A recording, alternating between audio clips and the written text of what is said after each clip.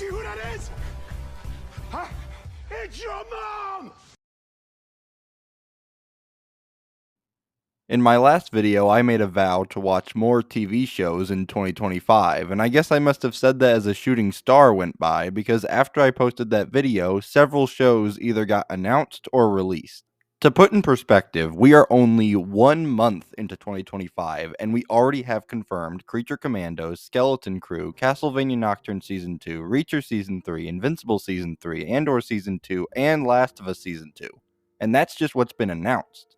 So, let's kick off this year with James Gunn's newest project, Creature Commandos, which is a show that I wasn't really excited for, but one that I ended up having some fun with. It's a deeply flawed show, and it is extremely hit and miss, but it still carries some of that James Gunn charm. The story follows the Creature Commandos, who are a team of superpowered creatures who are tasked with protecting a princess from a new villain. I won't spoil what happens for anyone who wants to watch the show, but just know that there's more to the story than just the princess. Each episode serves as a backstory for each of the characters, with varying levels of quality. The characters are probably the weakest aspect of the show, with some having really interesting stories while others are seemingly there for no reason. At first, I didn't like the animation, but after a while, it kinda grew on me, which is how I feel about the whole show. The action is fun and wonderfully gory, and some of the character stories are really well done, but only some. The appeal of James Gunn's style is how he can effortlessly blend over-the-top comedy and serious heart-wrenching moments together, and while this show does have some of that, it's not as effortlessly done as his other works. Sometimes the comedy was absolutely hilarious, and other times it fell completely flat. Sometimes the characters' backstories would be really gripping and heartfelt, and other times they would be dull and boring. This show is also the introduction to the James Gunn DCU, I think. Honestly, I can't keep track of the DCU anymore, and this show didn't really help, featuring characters from the old DCU as well as having returning characters with a different look, which makes the whole thing super confusing. I'll give some props to James Gunn for trying to make something out of the mess that was the DCU, but I can't help but think that it would have been better to just do a complete reset, starting fresh, rather than this half reset, which keeps some characters the same and changes others. In summary, Creature Commandos is a fun show, but it's also a show that doesn't always hit the mark. It was still entertaining enough to not make it a chore to get through, but I can't help but think that there was some missed potential with this series. I'm still cautiously optimistic about this new DCU, and we won't really have a good idea of how it's going to turn out until Superman comes out. And I have a feeling that both that movie and the new Fantastic Four movie will determine not only the fate of those respective cinematic universes, but also the fate of comic book movies as a whole. But I guess we'll just have to wait and see.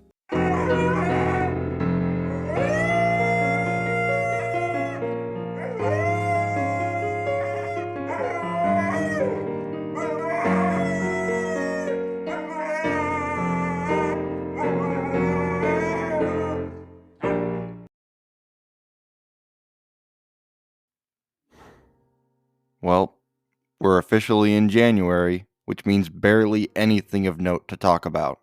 I wasn't really excited about seeing Wolfman. I didn't watch the director's previous film, The Invisible Man, and the trailer wasn't really appealing looking. But when you're in January, you kinda have to do whatever you can.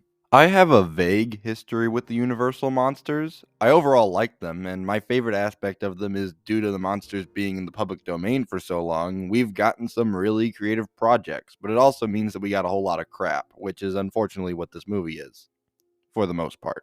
While I personally didn't enjoy this film, I will admit it does have some interesting ideas, but those few pros are vastly outweighed by the cons. So let's get into the latest Blumhouse snooze fest that is Wolfman. The story follows a man named Blake as well as his wife and daughter who receive a letter saying that Blake's dad has been announced dead after going missing in the woods outside of his house.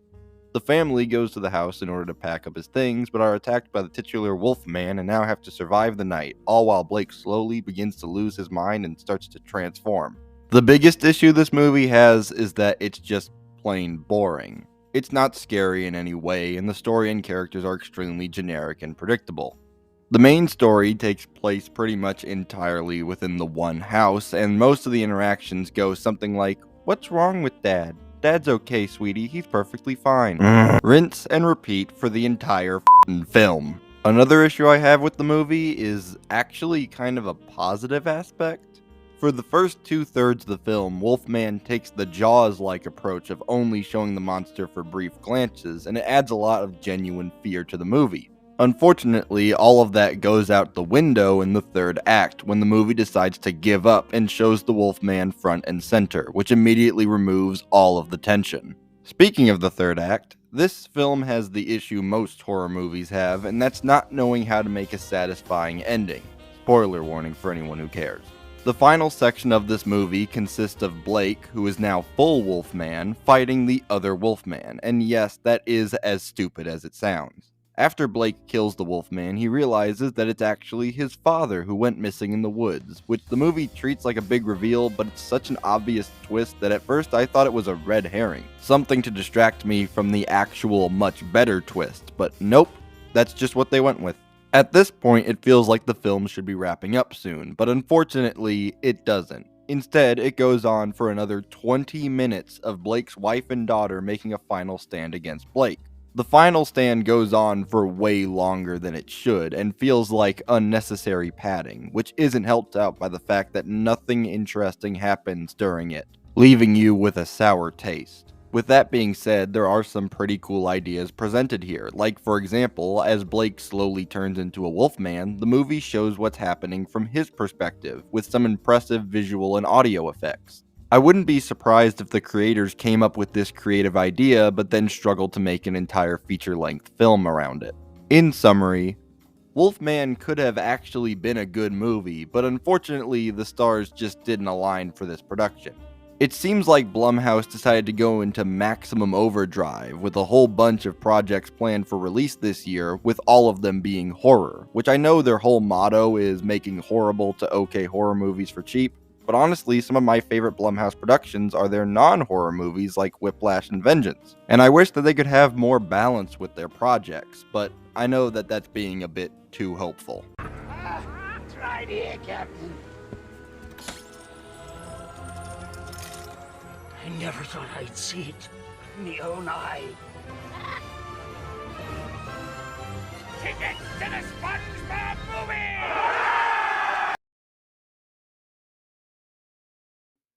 I said before in my Acolyte video that I've reached peak apathy when it comes to Star Wars, so I didn't watch any trailers for Skeleton Crew, and at first I wasn't going to watch it at all, but after hearing some pretty good things about it, and also because there's nothing else happening right now, I decided to give it a shot, and was actually pleasantly surprised. It's not an amazing show or anything, but it's not really trying to be, and instead focuses on just being a charming little story in the Star Wars universe, and it does that really well. With a cast of actually well-written characters for a change, as well as some shockingly great visual effects, Skeleton Crew manages to stand out as a bright spot in the sea of darkness that is modern Star Wars. So let's get right into Star Wars Skeleton Crew.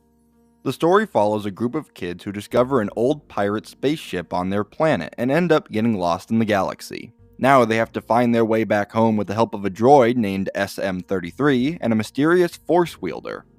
I'll start by stating what everyone has already realized. This story is just Goonies in space, but I've said before in my Dune Part 2 video that a piece of media can have an unoriginal story and still be good as long as it's done right, and Skeleton Crew executes its ideas very effectively. By far, the biggest relief this show provided was the high-quality visuals.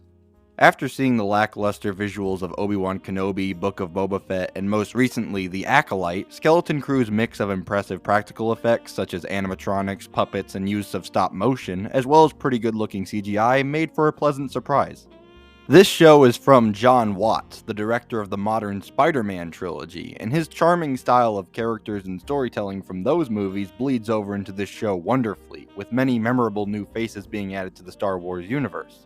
These new characters' personalities shine even brighter thanks to some wonderful performances, with special shoutouts like Nick Frost as SM-33, Robert Timothy Smith as Neil, and Jude Law as the mysterious Force user.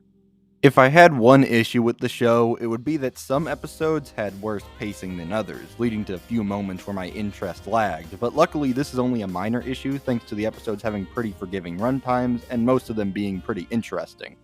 I'm sure you're probably aware of the fact that Skeleton Crew has the lowest ratings out of any other Star Wars show, which isn't its fault.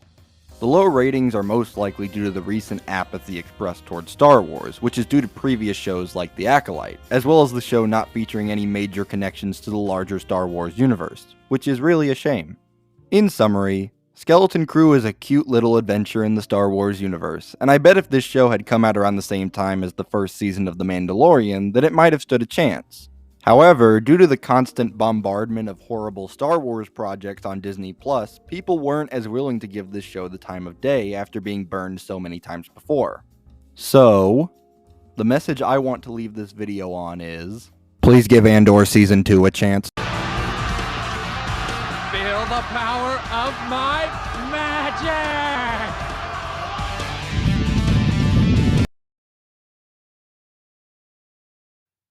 I think I should begin this video by stating that I've never played a Dynasty Warriors game before this one. I'm familiar with the franchise as well as its many spin-offs, but I've never been interested enough to give one of them a try. That is until the drought of January came around and nothing of note was coming out besides this game, so I decided to give it a try, and I ended up having an enjoyable experience. Dynasty Warriors Origins offers up a nice balance of challenge, strategy, and action that made it worth checking out. So let's get into Dynasty Warriors Origins. The gameplay revolves around participating in massive battles where you'll have to maintain the condition of your troops by defeating enemy generals and capturing bases, all through the style of hack and slash combat. Something that surprised me while playing was just how accessible this game is. When I first started playing, I thought the game was going to be much more complicated and harder to understand, but luckily it very clearly and concisely explained its gameplay mechanics and made it extremely easy for someone like me to get into. That being said, the game doesn't hold your hand, and offers up a great sense of challenge and strategy. Whenever I would lose a battle, it was never because of unfair or unexplained mechanics. It was instead because I ended up channeling my inner Dallas general manager and made a really stupid decision. The combat is insanely satisfying, with it being fun to master button combos and mow through hordes of enemies, as well as tackling harder foes by learning attack patterns. I'm not usually someone who skips cutscenes when I play a game, and especially if I'm playing something for review, but this game is an exception. I was having so much fun in the large-scale battles that after a while, I ended up skipping the cutscenes in order to get back to the good part. I do feel a little bad for doing that, but I also feel that I'm not missing much, as this game isn't incredibly focused on story and more so on gameplay. Managing the chaos of the battlefield, as you can imagine, is incredibly stressful, but it's also oddly relaxing in a weird sort of way. I remember days when I would get off of a long day's work, and playing this game was strangely comforting.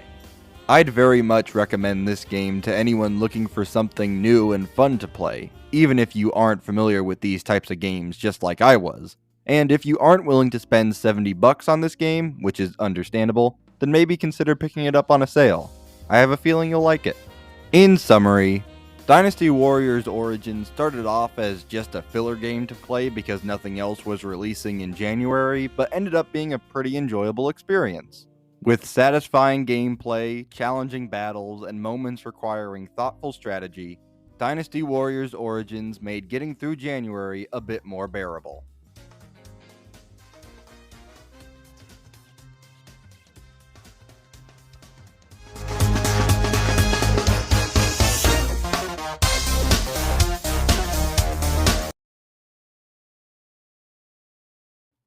Looking back, I'm surprised it took DreamWorks this long to do something with a Dave Pilkey property after the success of the Captain Underpants movie. This movie was an interesting case for me because while I grew up reading the Captain Underpants books, I was a little too old by the time the Dogman books came out. Now, my younger brother, on the other hand, did grow up with the books, so he might actually have more input than me when it comes to this film. So I'll allow him to give his thoughts on it now before we get into the review proper. I'm a big fan of the Dave Pilkey books, specifically his Dogman books, and I think that this movie did a good job with its animation and its voice acting. Whenever I hear a character's voice in the movie, it makes me think that that's what a kid would have the character sound like if they were reading the book. The animation is also super stylish and I think looks fantastic. And I think that DreamWorks did a good job turning this classic book into a pretty good, cute movie. Thanks for that. And now, without further ado, let's get into the charming world of Dogman. The story follows a police officer and his dog who get severely injured while on the job, and the only way to save them both is for them to fuse together into the titular Dogman. Now, Dogman is tasked with tracking down and bringing to justice his sworn enemy, Petey the Cat, as hijinks ensue. For a comedy like this, the most important aspect are the jokes, and I will say Dogman's comedy is incredibly hit and miss. However, where this would be a massive issue for a regular comedy, this film avoids it becoming a deal-breaking problem by utilizing a specific type of comedy.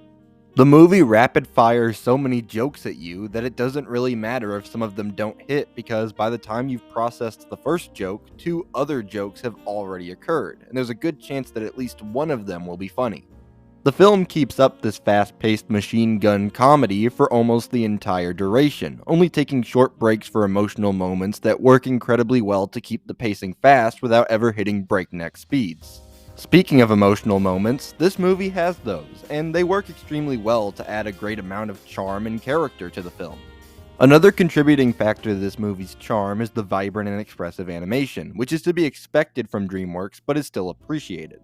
I said before in both my Wild Robot and my Top and Bottom Movies video that I'm greatly excited for the future of DreamWorks animation, and considering we're also getting Bad Guys 2 this year, I still remain very optimistic for the future of this studio. Oh wait, I forgot about the short film. Okay, so before the movie started properly, there was a short film called Bad Guys, Little Lies, and Alibis, as a way to drum up more hype for the Bad Guys 2. It's a fun little short film that has a few laughs and provides the audience with what people love about the bad guys without overstaying its welcome. In other words, it's fun. In summary, Dogman is a cute and charming little movie that has a whole lot of heart and character. It's a movie that knows exactly what it wants to do, and it does it pretty well, offering a couple of laughs as well as some genuine heartfelt moments, which makes it worth watching, especially for a younger audience.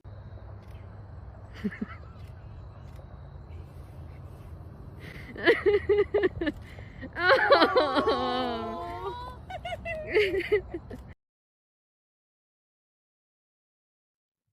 When I first saw the trailer for Hard Eyes, I just assumed it was another generic slasher flick, something made for cheap and dumped early in the year, but then I started hearing some good things about it and decided to give it a try, and I'm glad to say I wasn't disappointed. Don't be fooled by this movie's marketing. This may appear to be a simple horror film, but it's actually a comedy first and foremost, and it's a pretty funny one.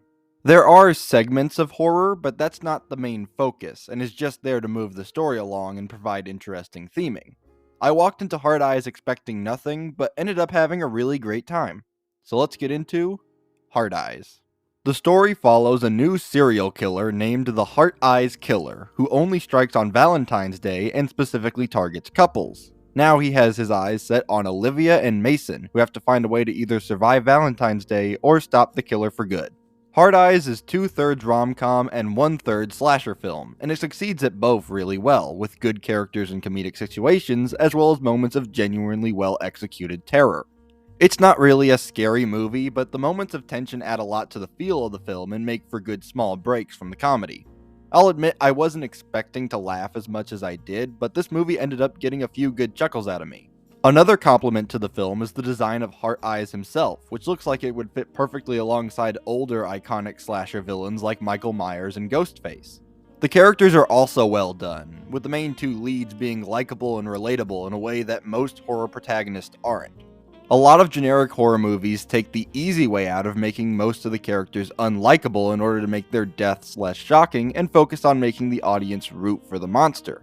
And while I do enjoy movies that take that approach, I also appreciate when horror creators take the time and effort to create likable, memorable characters that we root for instead of against. The pacing is also incredibly well executed, with it being incredibly fast-paced and hectic, while also taking time to have slower sections to keep the film together.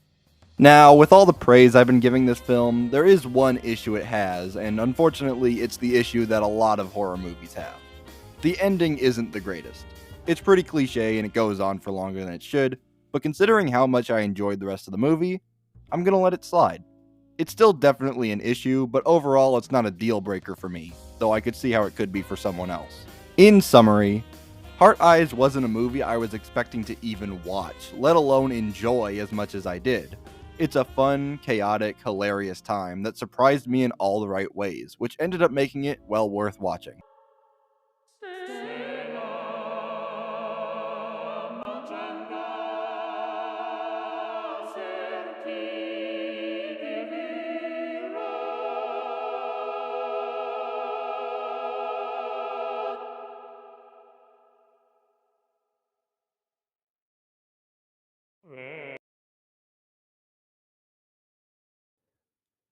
When it comes to rhythm games, while I can't say I'm exactly an expert, I do greatly enjoy them, and one of those games I've enjoyed was Crypt of the Necrodancer, which now has a brand new entry. Rift of the Necrodancer is a truly special type of game, with a stylish art style, vibrant animations, and great tunes that I'd happily recommend to anyone wanting a new, exciting rhythm game to play. So let's get into the absolute blast that is Rift of the Necrodancer. The gameplay is split into 3 main loops. The main loop in a Guitar Hero style, mini-games in a style similar to the Rhythm Heaven games, and the boss fights which play out like a rhythm version of Punch-Out! All of these styles are insanely fun, and the variety makes it so that the game never feels stale. I'm usually against the addition of multiple gameplay styles and feel that it would be better for developers to focus on the primary gameplay loop, but each of the gameplay styles in this game work well together and do a good job of complementing each other. I think it's important to state now that I played this game on PC, and so some of what I'm about to say might be different in the console versions of the game. The main gameplay of defeating monsters to the beat of music was incredibly satisfying, with the clicks and clacks of the keyboard offering a kind of cathartic feel which made completing levels a real joy. The story mode is the main mode, and it serves its purpose effectively. It gives you a nice subtle increase in difficulty so you get adjusted to the gameplay without overwhelming you. And it doesn't overstay its welcome, lasting around 4 hours for me. If you heard that and think that that's not enough gameplay for a $20 game, well that's because there's more than just the story mode to play, with other modes like Arcade, which is for trying to get high scores on certain songs, daily challenges, free content drops like adding some songs from the Super Meat Boy games, and an official built-in level editor and Steam Workshop support for custom songs. Another positive to the game is the vibrant and clean artwork and animation, adding a great sense of groundedness to the game and really helping a lot when it came to keeping on beat, which was also helped by the catchy tracks. I have only one issue with the game, but it's really more of a nitpick than anything. If you're going to play this game, I'd highly recommend turning off the voices. When I first started playing the game, I had issues beating even the earlier stages, and wondered if it was because of the characters constantly talking over the music I was trying to keep the beat to. And it turns out I was right, because after I turned off the voices, my performance during gameplay vastly improved, which is a shame because there's a great deal of personality and charm in the voices. But, like I said, this isn't really that big of a deal, considering they can be turned off, but I thought it was still worth noting. In summary, Rift of the Necrodancer is a stylish new rhythm game that I can't recommend enough. I walked away from my time with this game greatly impressed and satisfied, and I can't wait to see how these devs continue to push forward with their high-quality releases. I'm Hulk and I will defeat you! Okay, my turn. I am the Hulk. I am Abomination. Oh, I'm the Hulk. I'm so sad. I don't know how to defend myself. My God. The MCU is in a very interesting situation at the moment, with most of their projects ranking from either mediocre to straight up awful. There are hits here and there, but at the moment, Marvel lacks a lot of consistency. And now we have the latest release in the Marvel Cinematic Universe with Captain America Brave New World, a movie that I didn't really have high expectations for, especially considering the last time we saw this version of Captain America was... You've got to do better, Senator. The terrorists only set us back a bit. You have to stop calling them terrorists. There were still people in there. This is the only language these people understand. I will say that this film isn't nearly as bad as some of Marvel's other recent offerings, but just because it's not as bad doesn't excuse its poor showing. This movie is extremely by the numbers, and just feels like Marvel going through the motions again. I thought they had finally learned not to push out so many projects per year, and take their time after 2024 only had Deadpool and Wolverine, but nope, Marvel is right back to the old grind, with this year having 3 movies being pumped out. Now, I'll be honest and say that the other movies actually look like they could be decent, but I think Marvel needs to pump the brakes a little if they have any hope of improving the quality of their projects. So, let's just get this over with. This is Captain America: Brave New World. The story follows Sam Wilson as the new Captain America, whose latest mission has him unraveling a political plot set by a mysterious, shady figure. I'm going to talk about spoilers now, so this is your chance to leave and watch the movie if you care. The mysterious figure turns out to be Dr. Samuel Stearns, aka the Leader, who has amassed a plan to drug the new President of the United States, Thaddeus Ross, with gamma radiation, which turns him into a red version of the Hulk. It seems like Disney is very much aware of how beloved Captain America: The Winter Soldier is, because this is their second attempt at trying to capture that movie's spirit and failing to do so, with a half-baked political espionage plot, which is how I would describe the whole movie: half-baked. Besides Sam and Ross, the other characters don't have much depth to them, or don't get the time needed. For example, Sam has his own version of Falcon in this film, but he only appears for a few short instances before being written out of the story entirely. Giancarlo Esposito is also here, but his character feels extremely slapped on, which is probably because he was. This movie went through an insane amount of development hell, with multiple rewrites, reshoots, and whole scripts being tossed out, which makes me wonder how bad the others were if this was the script they settled on. The movie is also very unfocused, trying to juggle too many ideas at once. The introduction of the Leader, the discovery of adamantium, the Red Hulk, Giancarlo Esposito's character, dealing with the Celestial from the Eternals, and a whole lot more. There's also a joking little line about how Sam should probably get the super serum that Steve Rogers had, and while this line is said as just a little joke, it really is just trying to cover up a bigger issue. There are multiple moments in this movie where Sam should have absolutely died, but just doesn't. It really doesn't make sense for him to be going up against these massive threats alone without any super serum, even with the new vibranium suit he has. And then there's the cherry on top of all of this, with one of the worst post-credit scenes in any MCU film, with the Leader revealing that there are more universes out there than just this one. Wow. That would have been a big reveal like 4 years ago. The thing is, when I compare this film to the other modern MCU films, I would happily watch this over something like Thor: Love and Thunder or The Eternals. But when you compare this film to the MCU as a whole, or even the best of the post-Infinity Saga movies, it ends up looking pretty bad. In summary, Captain America: Brave New World is a real mess of a movie. It attempts to do so much, and yet feels like it's only doing the bare minimum. The thing is, I don't want to dislike any of these movies. There was a time where I was genuinely excited to go see the latest Marvel movie, but that time is long gone now. I can only hope that the MCU can someday improve and return to the consistency it once had, but I think we all know that that's very wishful thinking. I still think that both Thunderbolts and Fantastic Four look like they could at the very least be entertaining, but I guess we'll just have to wait and see. Let's go!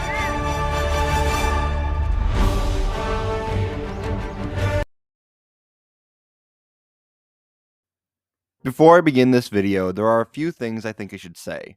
First, this is my first experience with the Monster Hunter franchise. I do own some of the other games, but they've just been sitting in my Steam backlog for a while, so keep that in mind that I'm coming into this video as a newcomer to the series.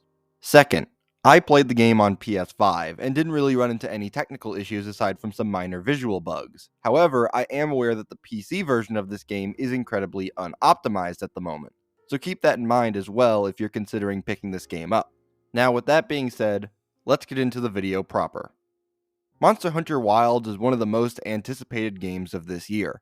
As someone with no experience with this franchise before this game's release, I kept seeing all the trailers and thought that the game looked good, but was unsure if it would be the type of game I would like, and would just have to wait to get my hands on it until I found out. Luckily, Monster Hunter Wilds is a pretty fun time, with satisfying gameplay and a whole lot of charm. So let's get into Monster Hunter Wilds. As someone new to this series, allow me to explain what I think this franchise is all about.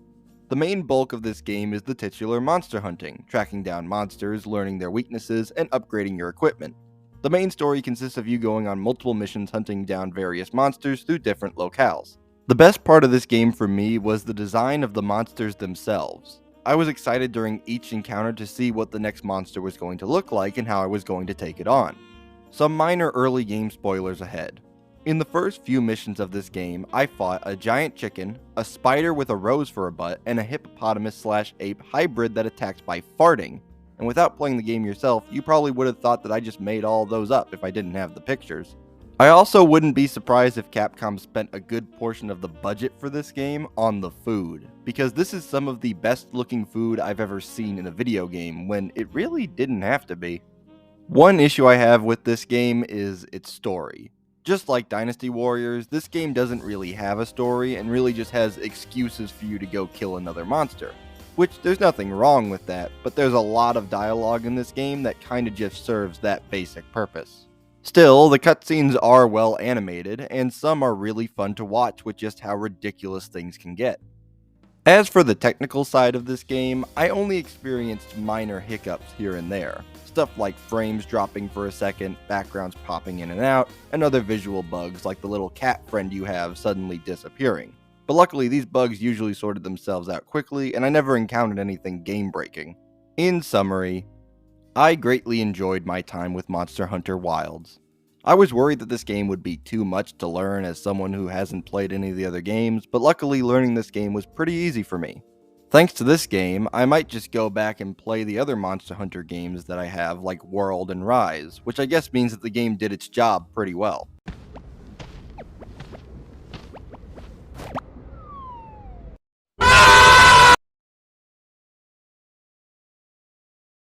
The Gorge is the perfect example of the usual slop you can expect from straight-to-streaming movies. While there are some streaming movies that break the mold and end up being interesting, the majority of them follow the pattern of featuring big names that you recognize along with an original and creative idea that ends up falling flat on its face. When I originally saw the trailers for this movie, I thought that the idea it presented was actually pretty interesting and looked like it could have some genuine promise, but unfortunately this movie takes all of its creative ideas and dumps them in favor of being a generic by-the-numbers action movie. The beginning of this film actually wasn't that bad, and I wondered if the negative reviews were being a little too harsh, but the remainder of the movie quickly devolved into a confused mess to the point where it feels like two different movies that were horrifically fused together. So let's get into the disappointing mess that is The Gorge. I'm going to be talking about spoilers for the remainder of this video, so if you haven't seen the movie and want to, now is your chance to go do that and then come back to this video. The story follows two snipers in charge of protecting the world from strange creatures called the Hollow Men, who appear from a gorge in the earth. Levi, the American sniper played by Miles Teller, quickly forms a relationship with Drassa, the Russian sniper played by Anya Taylor-Joy. Things turn sour when both find themselves trapped in the gorge and now have to find their way back while unraveling a major conspiracy. I'll start with the one positive I have. By far the best part of the film for me was the chemistry between Levi and Drassa, and while I have seen better from these two before, both Miles Teller and Anya Taylor-Joy still provide some pretty good performances.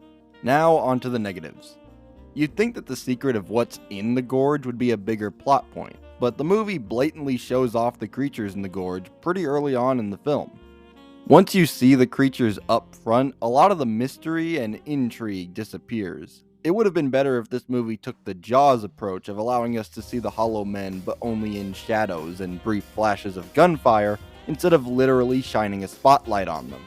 All of this isn't helped out by the underwhelming design of the Hollow Men themselves, which just appear as generic tree people.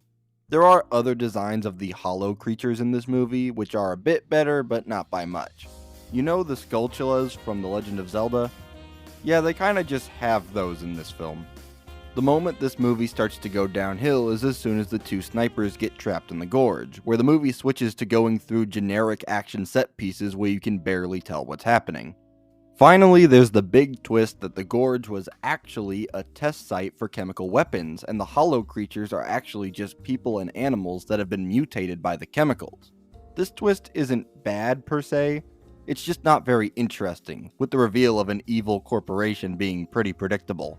The real mystery that the movie should have focused on is what's in the gorge instead of who made the gorge. In summary, The Gorge is a film with an interesting premise, let down by its lack of focus and cohesion. I could see this movie easily being much better in some alternate timeline because the ideas presented in the early sections are really good at hooking you in, but unfortunately it ended up just being another generic, messy action flick. Here we're serving this. Look, the Oscars should themselves up. This is the I'm telling you, this is the real What is this? This is the interactive gaming. Look, I'm just saying this. Let me tell. Sorry, I'm taking. Let me just give me a minute. I want to take your time. Look. Okay, can you swear here? Can you swear? Okay. The Oscars, you know. It Takes Two was a really good game, featuring a wonderful use of multiplayer in different fun scenarios, so I was excited to learn at last year's Game Awards that the studio behind that game was making what is essentially a sequel. Split Fiction is a fantastic follow-up to It Takes Two, by feeling like more of the same, but also different at the same time. Basically, if you liked It Takes Two, then this game is just that, but more, with a whole host of new platforming set pieces that end up making it a real blast to play. So, allow me to explain why you should play Split Fiction. The story follows two young writers who are looking to get a publishing deal at a corporation, which ends up going sideways as the two are trapped in a simulation of their own imagination. You and another player take control of Zoe, who primarily writes fantasy, and Mio, who primarily writes sci-fi. It's now up to both of you to work together to escape your own stories while also unraveling the true intentions of the corporation that hired you.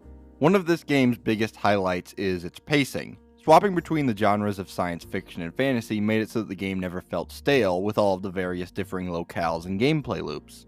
The game is mainly structured around large levels, involving you and another player working together in order to progress. But throughout the main levels, you'll also find side stories, which also help with the pacing, offering brief breaks from the larger narrative.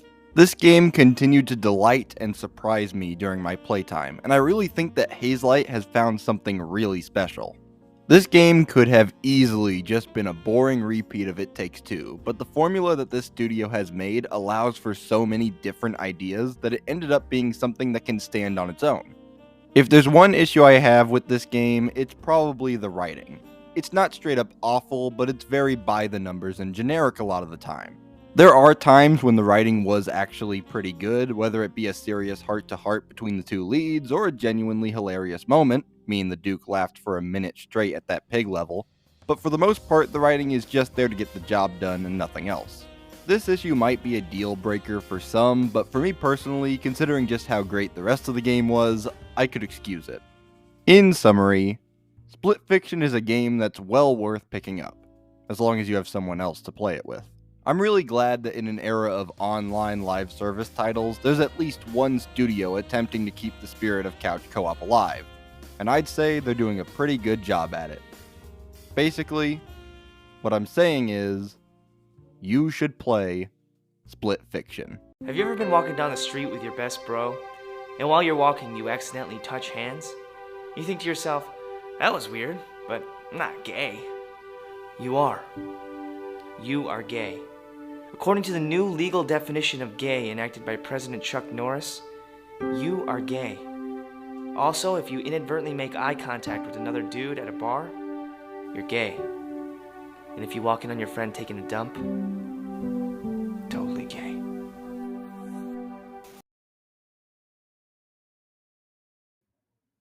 Last year I did a review of Season 2 and found it to be pretty good, with it doing some things better than Season 1, but also some things worse.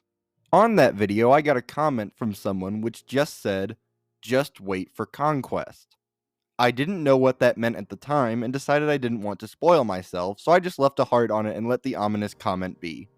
Back then, I didn't know what that comment meant. I now know what that comment meant. Season 3 came back stronger than ever, with a smorgasbord of amazing returning and new characters, fantastic storytelling, and a wonderful display of vocal performances which ended up making this season my favorite one yet. While it's not without its faults, it's truly been some time since I've experienced an obsession with a show like this. So, allow me to explain why you should watch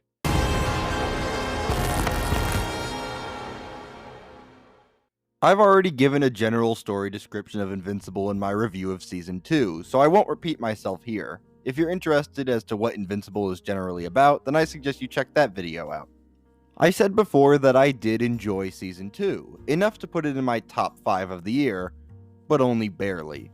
Luckily, it seems like Season 3 heard the criticisms I and others had and decided to improve the show tenfold, featuring brand new fan favorite characters like Conquest and Powerplex, and featuring the development of pre-existing characters like Rex and Eve.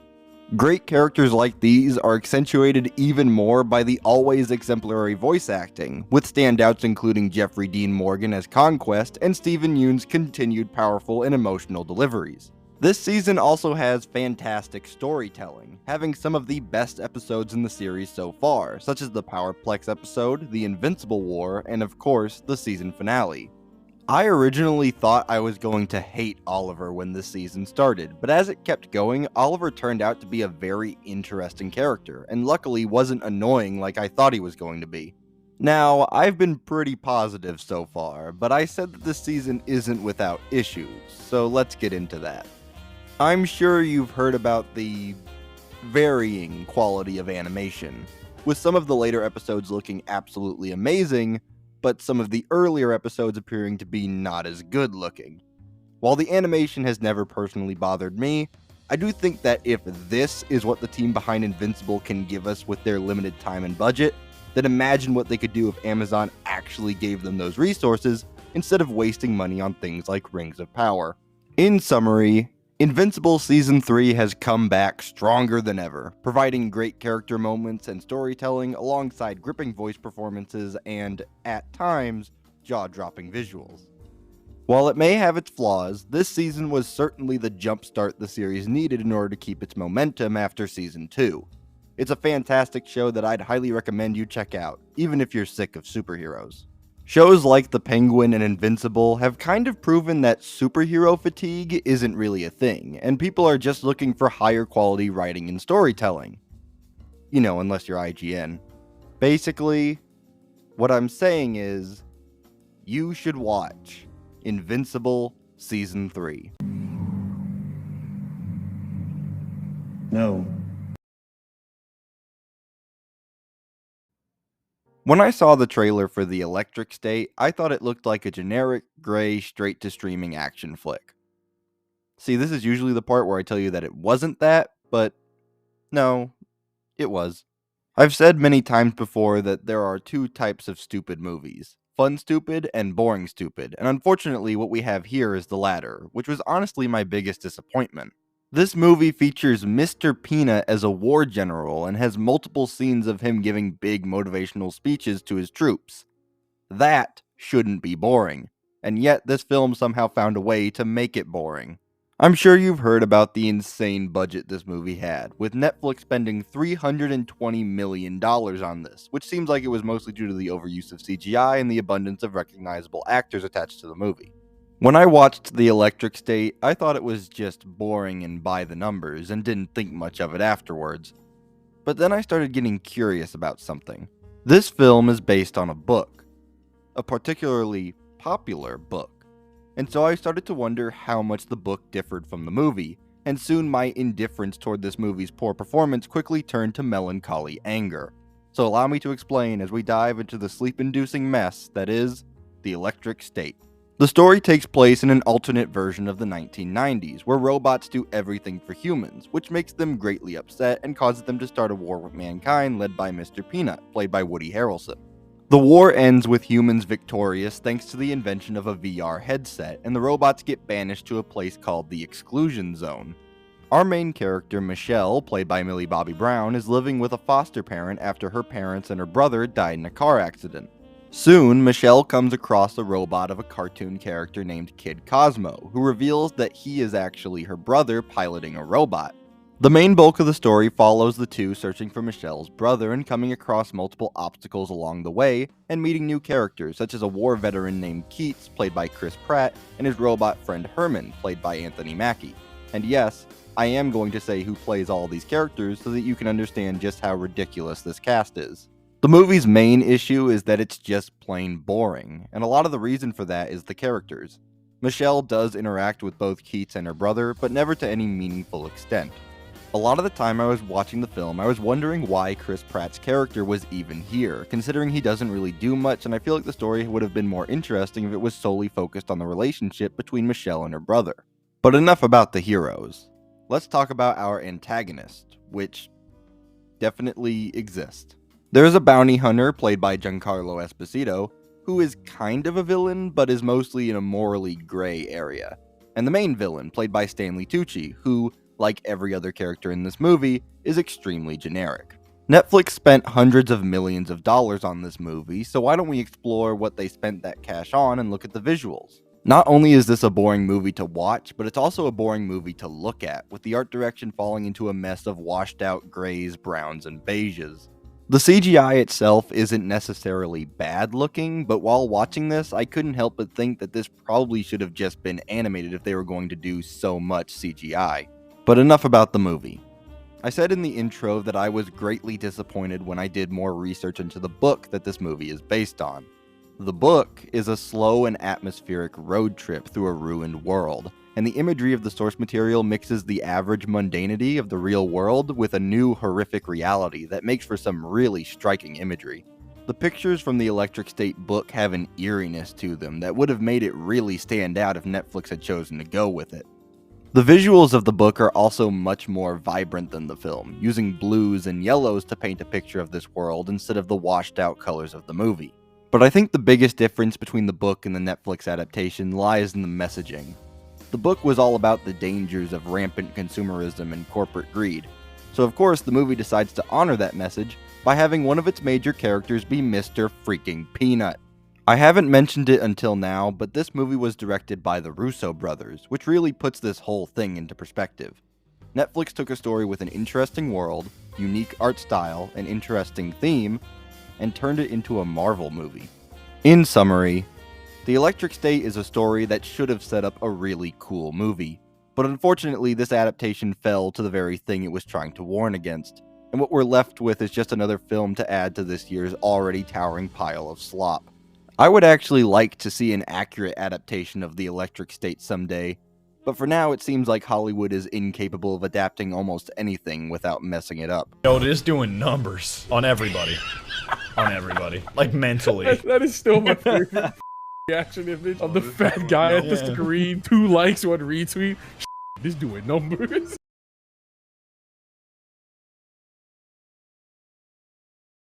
Reacher Season 2 was pretty good.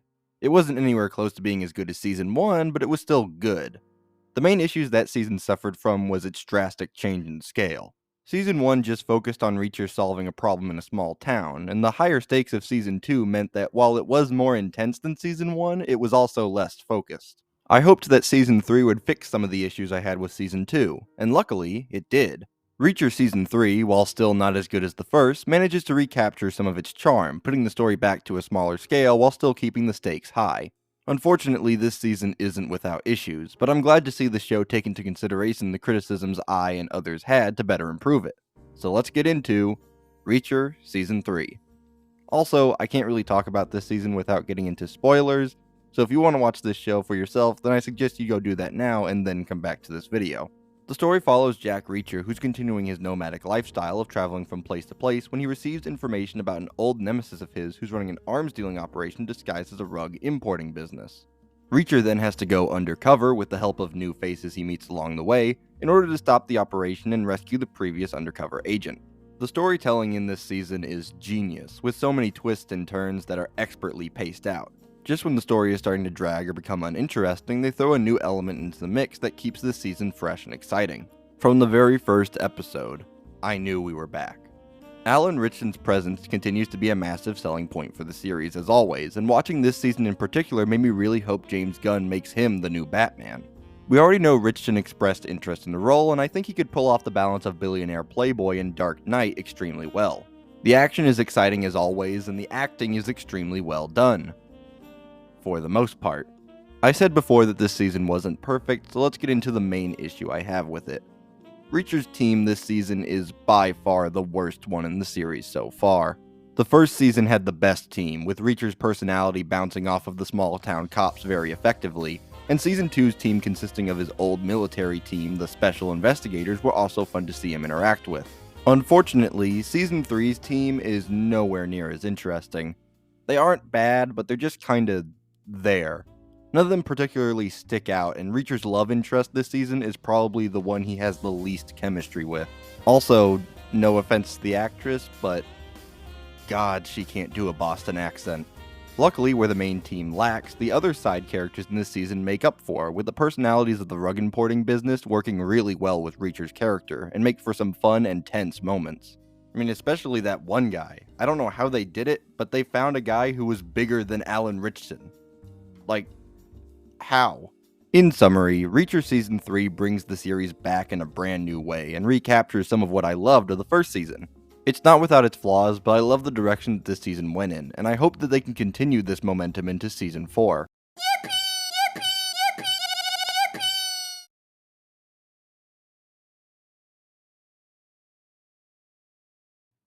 I think that one of the most underrated game developers in the video game industry is Landfall Games.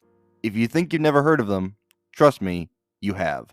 They've put so much love and effort into games like Totally Accurate Battle Simulator and Stick Fight the Game, but my personal favorite of theirs is Cluster Truck. A fun, fast-paced speedrun platformer where you have to move quickly and precisely to clear levels, with great moment-to-moment gameplay, and I've always wanted Landfall to make a sequel to it, and luckily, well, I kinda got it. Haste is amazing. With striking visual design and difficult yet satisfying movement mechanics, this has easily become my favorite game of this year so far. But it's not without flaws. Even with the issues I have, this game is well worth your time and money, especially considering it's only $15. Still not convinced? Well then allow me to explain why you should play Haste. The gameplay consists of you running through procedurally generated levels while trying to avoid a slowly approaching void. Through the roguelike map, you'll collect abilities to help you out and prepare you for the boss waiting for you at the end of each of the game's shards. I'll start with the pros. The art direction is fantastic, and vibrant and expressive characters fit beautifully into the expertly designed world. Above all else, the gameplay is the star of the show here, with it being incredibly satisfying to master the movement mechanics and keep your speed up. At first it took a while for the gameplay to really click with me, but I actually ended up getting used to it very quickly. This game is one of those easy to learn, hard to master types of games, and once you get into the flow of it all, it's insanely addictive. Now, when I first played Haste, I honestly had a lot of issues with the game, and while I still liked it, it was clear that it needed some improvement. Luckily, a majority of the issues I had with the game at launch were quickly fixed, because Landfall actually takes feedback into account and fixes issues in a timely manner, including minor changes like the title of the game itself. Originally, this game was called Haste Broken Worlds, and honestly, that subtitle was incredibly unnecessary, and it looks like a lot of other people thought that too, because in just a short amount of time, the game's name was officially changed to just be Haste, which is crazy because usually most devs wouldn't care about things like that. Still, while they have managed to fix a great number of problems with the game, it still has a few major issues. At the end of each shard, there's a boss, and considering this game has 10 shards, you expect a good number of bosses that really test your skill. But unfortunately, this game only has 3 bosses that are repeated 3 times, with a unique final boss for the 10th shard. This was kind of disappointing. I know that making 10 unique bosses would have been a lot of work on the developer's end, but I just wanted more bosses that further pushed my skill level in different aspects of the game's design. The bosses that are here aren't bad, but they range from being a fun challenge to just being annoying. The story is also an issue. It's just kinda there. I do like the designs of the characters themselves, but I can't say that any of them are all too memorable. Still, I would have been fine with a so-so story if the game didn't feel the need to abruptly interrupt its gameplay to shower the player in dialogue boxes. While these issues are extremely prevalent throughout the runtime of the campaign, they aren't deal breakers for me, and I overall still had a great time with this game. In summary, Haste is a truly spectacular game, and though I may still have certain issues with it, that didn't stop it from becoming my favorite game of this year so far. And from the looks of things, this year is only getting started, with a whole slew of amazing looking games on the horizon, and I can't wait to see what they have to offer. Basically, what I'm saying is, you should play Haste. Depends on the whoa, hey, hey, hey.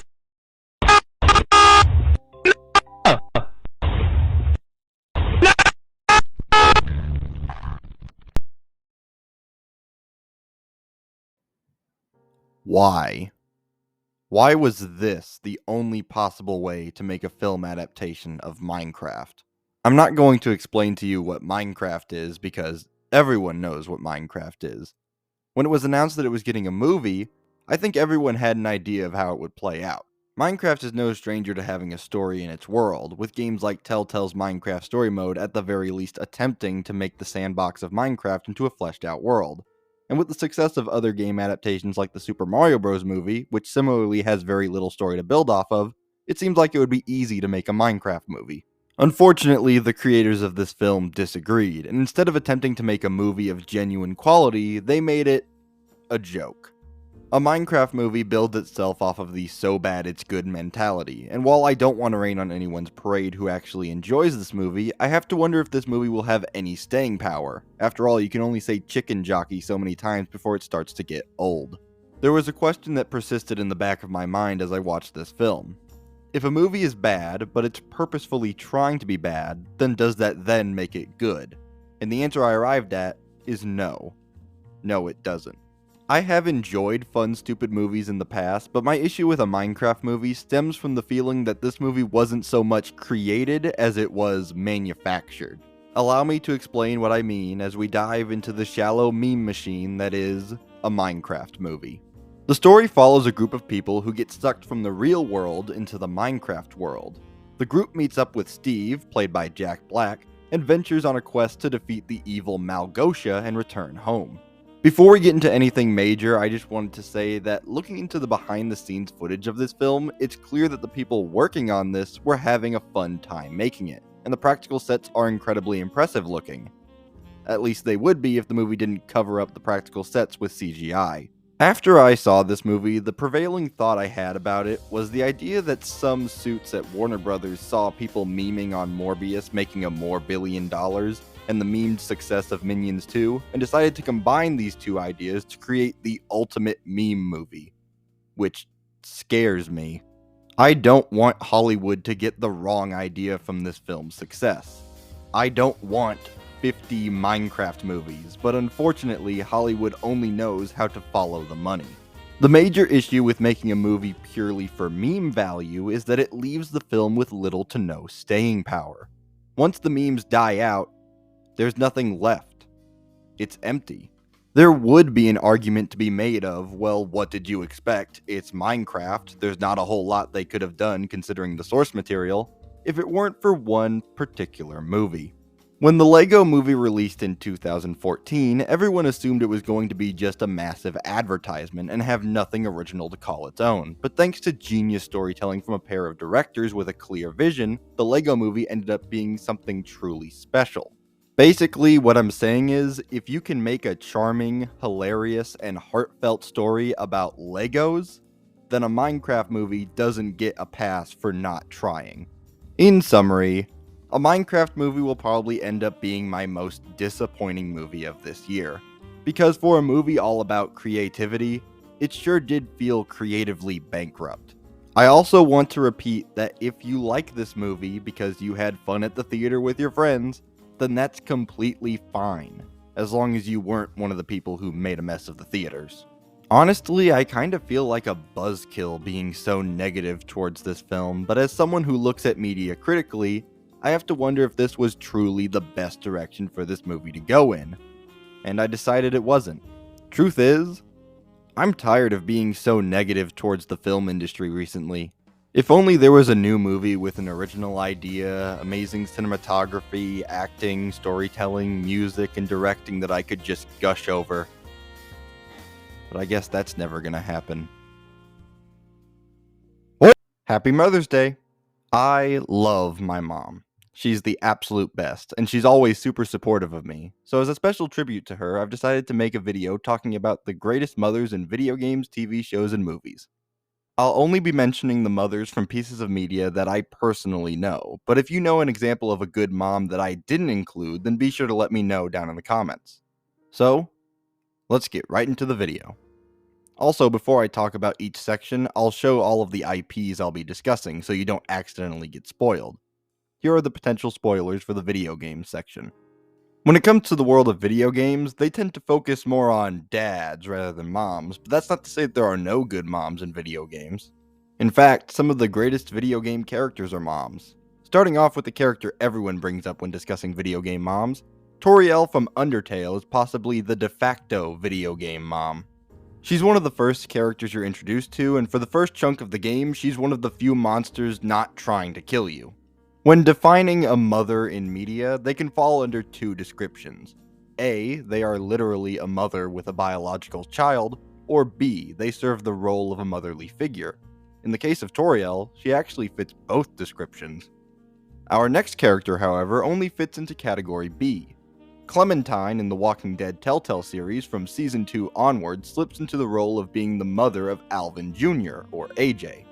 The entire 4th season is built around you as the player teaching AJ to be a good person while also making sure he's tough enough to survive in the post-apocalyptic world. But what about the moms from the world of Nintendo? Well, I actually found two examples. First is Rosalina from Super Mario Galaxy, who acts as a loving mother to the Lumas that you see all throughout the game. This one's interesting because just like Clementine, Rosalina started taking care of the Lumas at a very young age.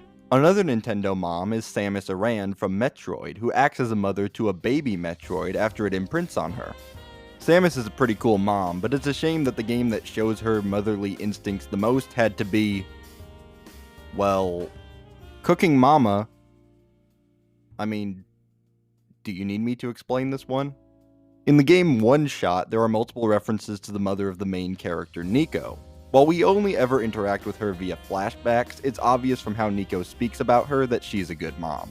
I mean, your goal all throughout One Shot is to help Nico get home and reunite them with their mom. Here are the potential spoilers for the television section. On to television, and we have some interesting ones here. Debbie from Invincible is a recent example of a good mom. Debbie is there to keep Mark and Oliver grounded to reality. With everything around her being so chaotic, it's amazing that she's able to keep it all together. And to add to all this version of Debbie raised, as far as we know, the only good Invincible, with the rest of them turning out evil. Going from one animated mom to another, we have Linda Belcher from Bob's Burgers. It's nice to have a good mom from adult animation, as most mothers from shows like this are pretty awful. In fact, the philosophy behind the entirety of Bob's Burgers seems to be, what if we made an adult animated show where everyone didn't hate each other? And that, my dear viewers, is how you win 2 Emmys. Let's move on to some Game of Thrones moms. Caitlyn was always supportive of Robb throughout the first few seasons of Game of Thrones. It's a good thing that nothing bad happened to her or Robb. That would be terrible if 2 of the best characters. The other Game of Thrones mom is Daenerys Targaryen. Before you type anything in the comments, I'm specifically talking about Dany from seasons 1 to 7. Season 8 never happened. That being said, Daenerys is straight up called the Mother of Dragons, and over the course of the show, she proved to be one of the most fascinating characters. The last mom from television I want to bring up is Shirley Bennett from Community, because Community is amazing and more people need to know about it. 6 seasons in a movie. Shirley is far from perfect, but above all else, she loves and cares for her children. Both her actual children and the children that are the members of the study group. Here are the potential spoilers for the movie section. Finally, we have movie moms, which was by far the easiest to research. Mom movies are literally their own category. The obvious one everyone brings up is Ripley from the Alien franchise, more specifically, Aliens. In that film, Ripley has to take care of a young girl named Newt. A lot of people group the Alien Queen herself into the best mom list, so you know what? Sure, why not? I don't think there's any denying that the Alien Queen loves her babies, and it must be really hard for her considering she has to look after literal thousands of xenomorphs. Another action movie mom is Sarah Connor from Terminator 2, who is the mother of John Connor, who in the future goes on to save humanity. Think about that for a second. She literally raises the man that ends up saving the world. That right there might make her the best mom listed here. Another mom that was brought up a lot was Mrs. Gump from Forrest Gump. Sure, she doesn't have that much screen time, but she did everything she possibly could to make sure that her son had the best life possible. A more recent example of a good movie mom is Scarlett Johansson's character from Jojo Rabbit, Rosie Belzer. Jojo Rabbit was a really special movie, and a good part of that was the connection between Rosie and Jojo. Honestly, I really feel like I should have appreciated this movie more when it came out, considering what Taika Waititi did afterwards. Another recent example is Evelyn from Everything Everywhere All at Once. While she doesn't start out as a good mother, the entire movie is her learning how to be, strengthening her relationship with her daughter. Well, technically daughters, because it's a multiverse movie. You might have noticed that I haven't mentioned an animated mom yet, so let's fix that. Of course, we have to mention Elastigirl from The Incredibles, who is the first example many will bring up for a good animated mom. Pixar actually has a history with good mothers, which is more than Disney can say, considering most Disney moms are either dead or are unimportant to the story at large. But I knew I couldn't talk about moms in media without mentioning one in particular. How to Train Your Dragon 2 is my favorite animated movie, and suitably it has one of the best fictional mothers. Hiccup's mother Valka is a shining example of how to write a fictional mother. The scene where she reunites with Stoic has some of the most emotional and powerful performances in all of animation. Oh, and if you want my thoughts on the live action How to Train Your Dragon,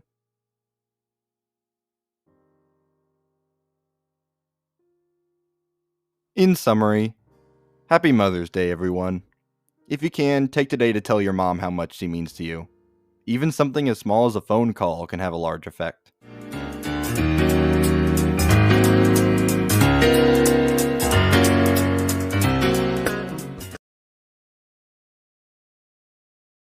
I am utterly fascinated by Compulsion games, with their previous games Contrast and We Happy Few proving that this studio can craft beautiful and intricate worlds, but struggle with the whole video game part of game development.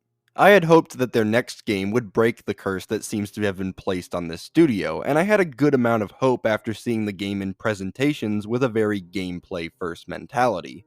Unfortunately, that's not the case. While this game's visuals and characters are noticeably intriguing, the gameplay suffers from being boring and repetitive. Allow me to explain as we dive into the murky waters of South of Midnight. Minor spoiler warning. The gameplay involves the player participating in arena-styled hack-and-slash battles and basic platforming challenges on a quest to rescue the main character's mother after both her and their house gets swept away by a terrible storm. I'll start with what this game gets right. The visuals are absolutely stunning. The game goes for a stop-motion style, and that unique art direction mixed with the beautiful lighting makes for some visually striking environments. The story, while not being anything amazing, was interesting enough to keep me invested. Most video games either just don't have a story at all, or they make an attempt at a story but it's forgettable, so it was nice to see that the story was somewhat decent, which was probably helped by the characters. The game sees you peering into the backstories of characters you meet along the way, and some of them were extremely memorable. The preacher lady's story was interesting, the first story with the brothers was tragic, and I enjoyed the company of the catfish that is your companion throughout the game. Part of the charm of Compulsion games is just how aggressive they are with their settings. We Happy Few basically reminded you every 5 seconds that it was British, and South of Midnight does the same, but this time revolving around the Deep South, with swamps, catfish, and a giant alligator named Two-Toed Tom, which just makes it all the funnier to learn that the studio is Canadian. Alright, you had your dessert, now get ready for the vegetables. You might have noticed that of all the positives I listed, gameplay wasn't one of them. The main gameplay loop is fine by itself, but gets really repetitive after a while. The combat arenas don't really change all that much, and I completed most of them by just mashing X and using my abilities whenever the cooldowns were up. And then there's the platforming, which felt really stiff and awkward to control, with your main character's controls feeling like the gravity was set just a little too high. For example, early on in the game you get a glider to use, which if you're familiar with gliders in other games, also in real life, then you'd expect it to slow your descent and carry you a greater distance. But in this game, whenever you use the glider, it's like your character becomes a nail and the world becomes a magnet, instantly dragging you downward. AKA the exact opposite of what a glider should do. The same goes for the grappling hook, because of course this game has a grappling hook. I'm not complaining, by the way, I just think it's funny. But it also feels extremely finicky to use. I will say I enjoy the gameplay of this more than their previous game, but considering most of We Happy Few's gameplay was just walking across a giant empty map and hitting enemies with what felt like a wiffle ball bat, that's not saying much. In summary, South of Midnight is a step in the right direction for this studio, but it just misses the mark with repetitive and clunky gameplay. It's not a bad game, but it's kind of hard to recommend. But if you already have Game Pass, then I'd say it's at least worth checking out.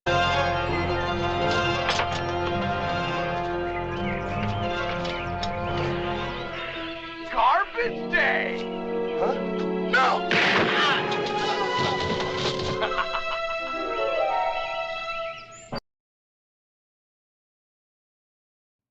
Oh my god. Thank you so much. I've been struggling when it comes to getting through this year's films so far, so to actually have a movie release and be genuinely amazing is such a relief. I don't think I've audibly said wow after seeing a movie since Godzilla -1. Almost everything in this movie is absolutely astounding, from the cinematography to the performances, from the soundtrack to the characters. I loved almost everything about this movie, and the cherry on top of it all is that this is an original IP. It's not a remake, or a sequel, or a reboot, or an adaptation, or anything. With that all being said, I do have some minor issues with this film, but that doesn't stop this movie from still being fantastic. So, let's talk about why you should really watch Sinners. Minor spoilers ahead. The story follows two brothers, Smoke and Stack, both played by Michael B. Jordan, who have recently returned to their hometown in Mississippi to start a juke joint that gets in the crosshairs of a few vampires. The remaining people in the juke joint have to hold up until morning and survive the vampire horde. There are so many positives to talk about, so let's just get into it. I'll start with the acting and characters. Michael B. Jordan perfectly plays the Smokestack brothers in this movie, with both characters being similar enough to where they're believably brothers, but different enough to where you can easily tell the two apart just from how they act. All the other actors in this movie do an amazing job as well, with one of the standout performances being Miles Canton as Sammy, which is even more impressive when you realize that this is his first ever movie. And if this is anything to go by, he's got a bright future ahead of him. The other actors like Delroy Lindo and Haley Steinfeld also have great performances, which is helped by the writing. Each character in this is memorable in their own way, from the bold personalities of the Smokestack twins to the terrifying nature of the main vampire, wonderfully played by Jack O'Connell. The visuals are also incredibly stunning. I saw this movie in IMAX because I was seeing people recommending it to be viewed that way, and honestly, yeah. This movie is definitely enhanced by the format of IMAX, and it's how I would recommend you see the film if you can. And then there's the music, which is just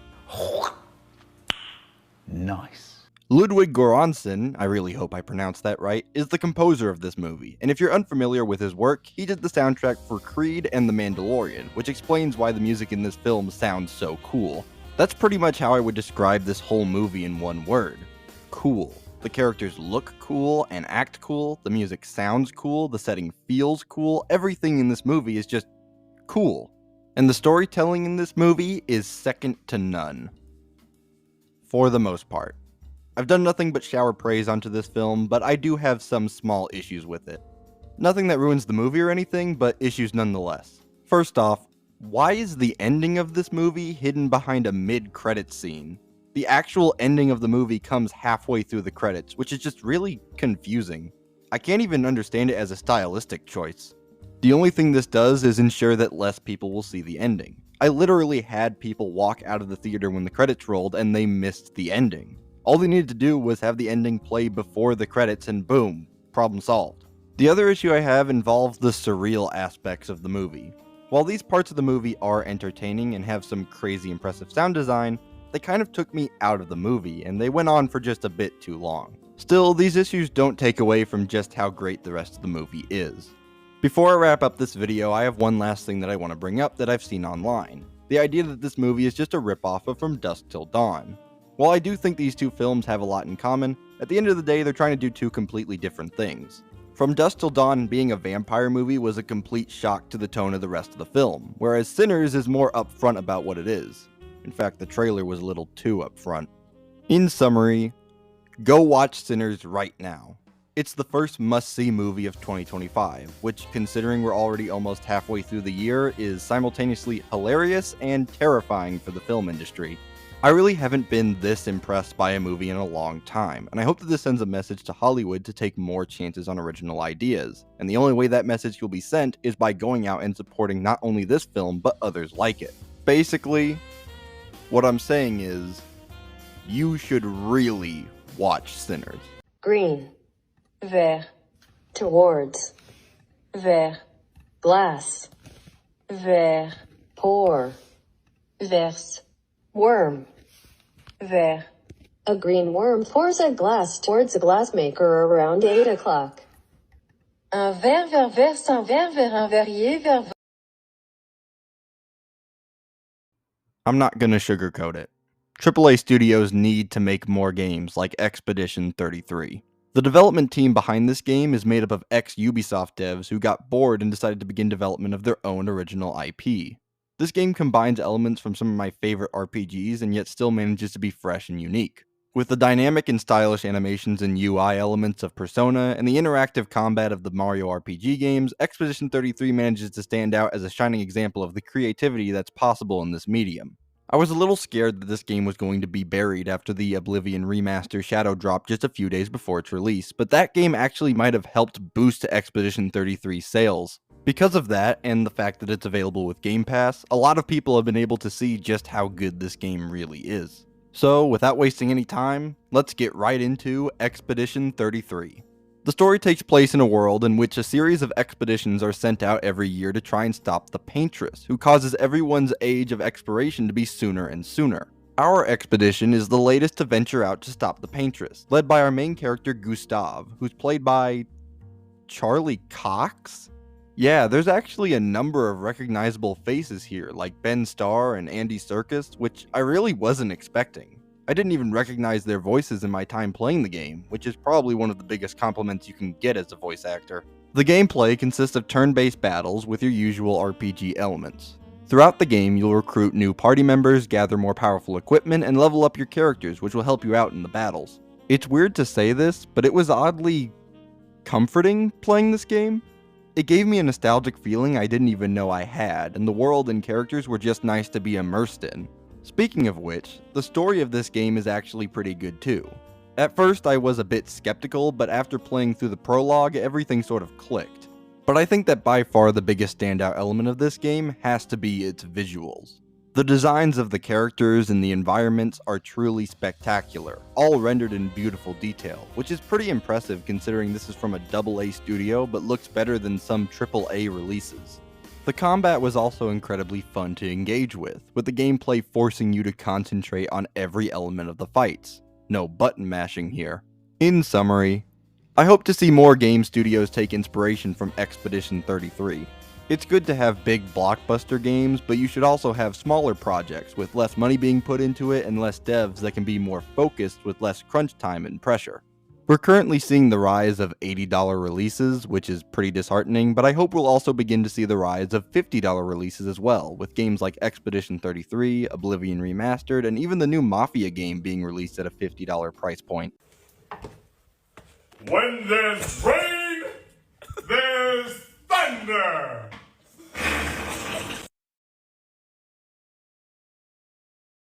I don't even know what to think about Marvel anymore.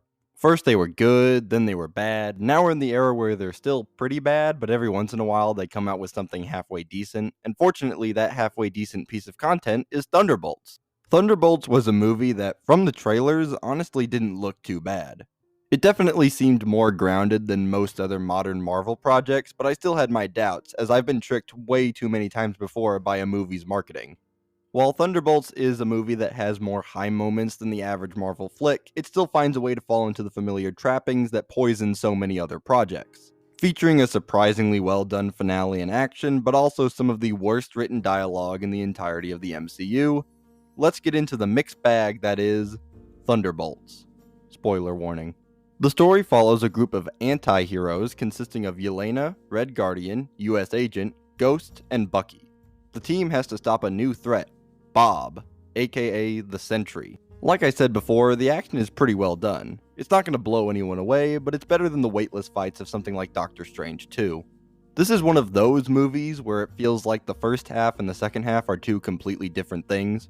While the first half feels like your usual MCU nothing burger, the second half actually has some pretty emotional and powerful moments that I wasn't really expecting.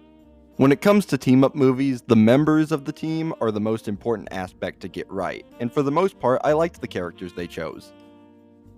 For the most part. Most of the attention is placed on Yelena, but the other characters have some time to shine too, with Bucky especially getting the coolest scene in the whole film.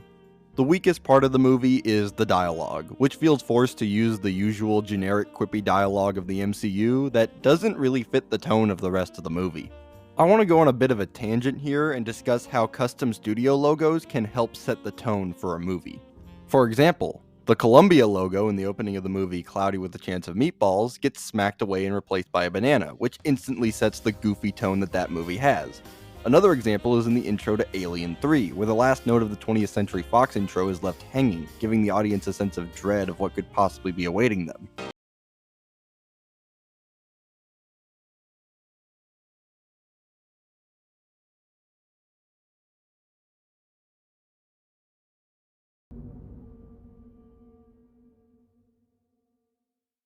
Now, Alien 3 sucks, but you get my point.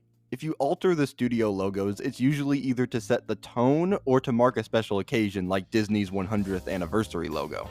So, this movie, starting with the Marvel Studios logo slowly getting devoured by darkness as the opening theme becomes more and more distorted, actually made me a little excited for what's to come. Only for the opening scene of the film to be Yelena making quips while killing a bunch of guys in an office. The film does get darker in the second half, but not nearly as much as that intro would like you to believe. It's not that big of a deal, but it's just something I thought was at least worth mentioning. But how about that second half, huh? Sentry's abilities allow for the filmmakers to get really creative, and the interactions between Yelena and Red Guardian are actually pretty touching. But now it's time to talk about the big reveal of this movie. The Thunderbolts are actually the new Avengers. Kinda. Okay, even if these were the actual new Avengers, man, what a downgrade. Literally 3 of the 5 characters on this team fill the same role as Captain America. And then there's the post-credit scene, which teases the arrival of the Fantastic Four. Cool. I honestly don't have an opinion on the new Fantastic Four movie. It doesn't look bad, but I can't say I'm particularly excited for it, which, come to think of it, is also how I feel about the new Superman movie. I guess I'll just have to wait and see the films for myself. In summary, while Thunderbolts does have some creative ideas that it brings to the table, it unfortunately suffers from the usual MCU tropes and a boring first half. With all that being said, it's obvious that Marvel is undergoing some major changes behind the scenes, with them desperately trying to move on to future projects and burying anything that was too far along in development to cancel. Fixing the damage that's been done to the MCU isn't going to happen overnight, but if Thunderbolts is anything to go by, they are at least trying. They're just taking baby steps. This within, Captain. Yes. These trousers hands over to you to take care of. Like to look after them, clean them. I occupy to walk first, is my wife. What? Holy... Okay, hold on. I just need a minute. What a roller coaster of a show this is. I liked Andor Season 1. It added a sense of maturity that I feel you don't really see in Star Wars projects, so when it was announced that Season 2 was on the way, I was actually pretty excited. Let me just say that I could never have predicted the direction that this season would head in, which is both a good thing and a not so good thing. Andor Season 2 is much darker and more mature than the first season, but its quality is also much more volatile. The highs are some of the best Star Wars content I've ever seen, but the lows are a beating. Without wasting any more time, this is Andor Season 2. Also, I can't talk about this show without spoilers, so you know what to do. I'll be covering this show in the 4 arcs it had and explaining how I feel about each of them, but first, I've got to get something off my chest. Disney, what on earth was this release schedule? Arcane Season 2 had a similar release schedule to this show, but I hadn't experienced it there because I wanted to binge the entire series of Arcane, but now that I have experienced it, I never want another show to distribute its episodes like this ever again. There are 2 options you can pick when releasing a show. Dump it all at once, or release the episodes weekly. I'd say what option is better entirely depends on the type of show you want to make, but this weird middle ground of releasing 3 episodes a week is just ridiculous, and it doesn't make either side happy. No one is staying up late to watch 3-hour-long episodes of a TV show, and if you're someone who does do that, you should probably get some sleep. I'm not taking points away from the show for how it was released, but I just wanted to mention it. Anyway, Arc 1. It's fine. It definitely sets the much darker tone effectively, and I greatly enjoyed certain aspects of this arc, specifically Andor's story of being stranded on Yavin with a bunch of castaways, but I didn't really find the other stories all too interesting. They aren't bad, but while watching this arc, I was wishing that the focus would stay more on Andor himself. Arc 2. This is the worst one.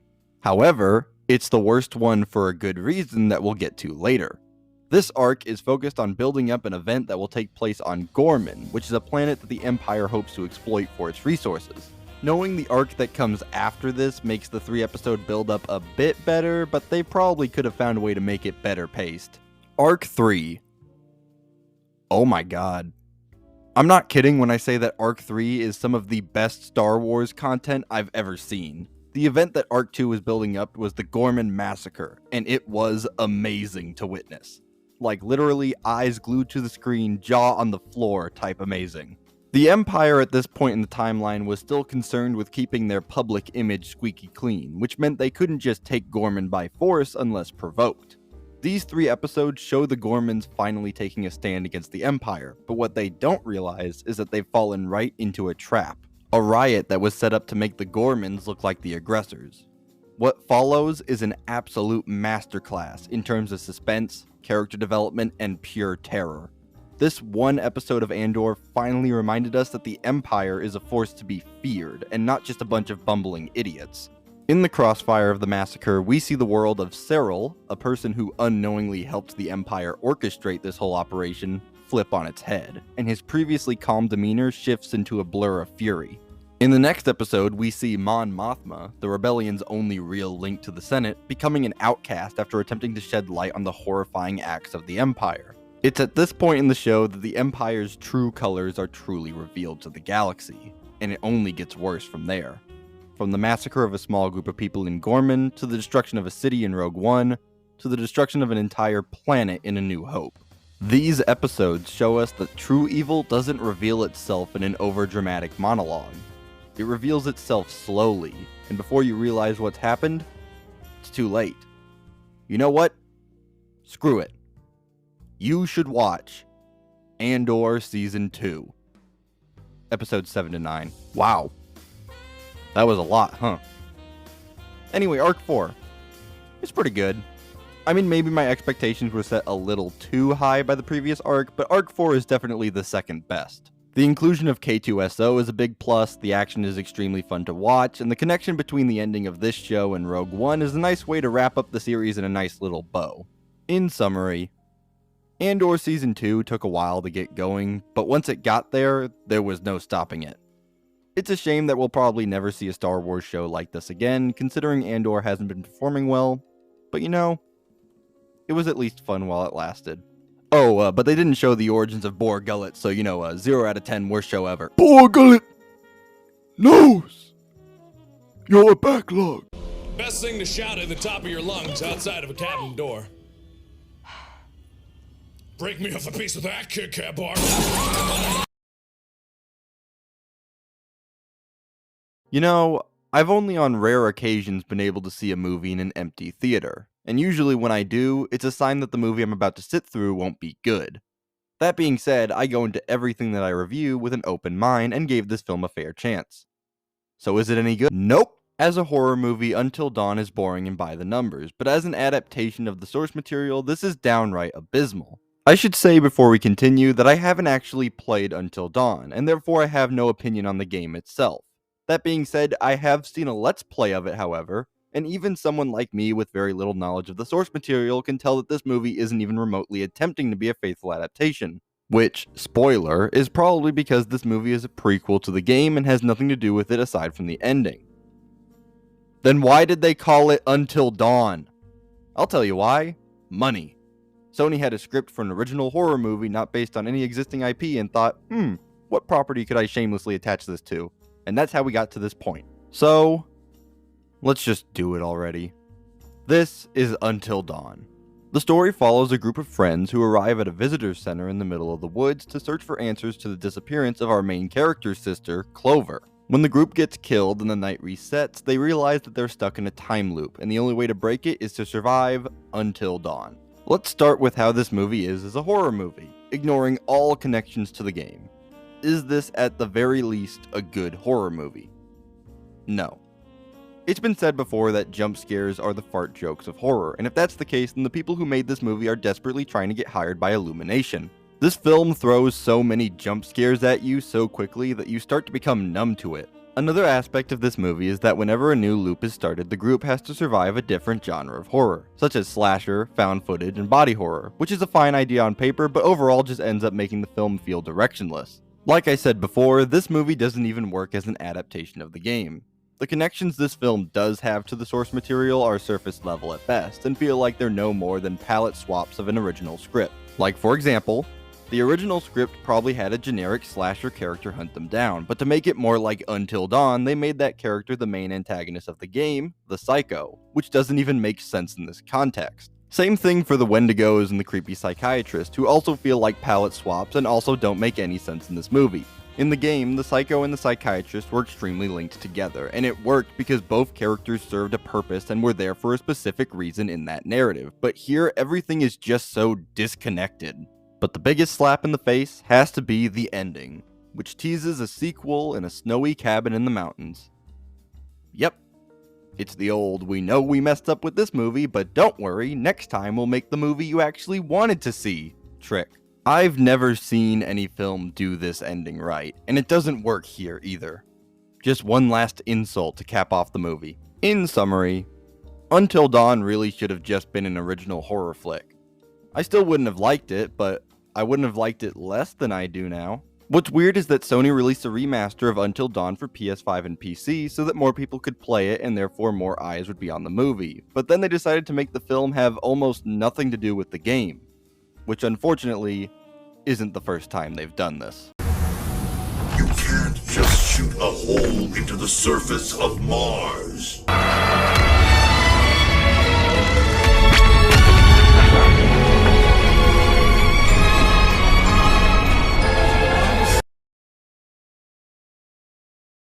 Doom Eternal is one of the most well-designed games I've ever played, and it's a personal favorite of mine and many others. Doom 2016 truly was a fantastic reboot, reminding everyone what makes Doom so special while also pushing the franchise in a new and exciting direction. I'll go ahead and rip the band-aid off right now before we get into the video proper.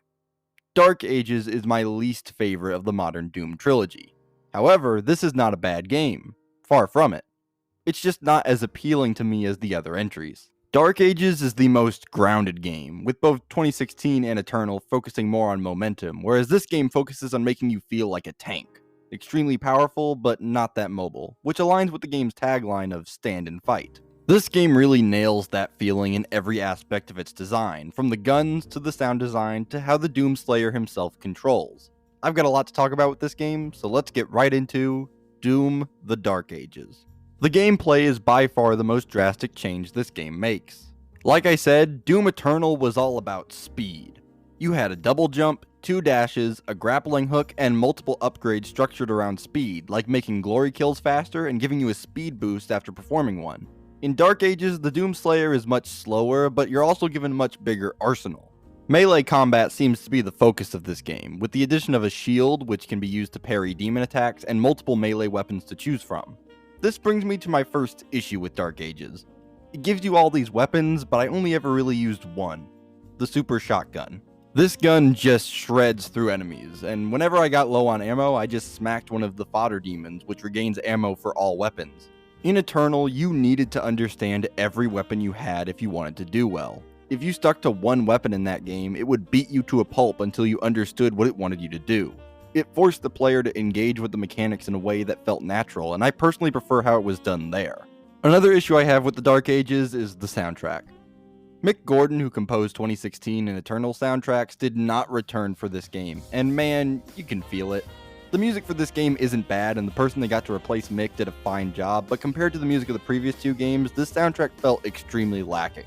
The level design of this game has less of the combat arena style levels that we've come to know, and are now more semi-open world areas. These levels boil down to finding something in the environment that the game tells you to find and repeating that multiple times, which is actually kinda similar to how the original Doom was structured, oddly enough.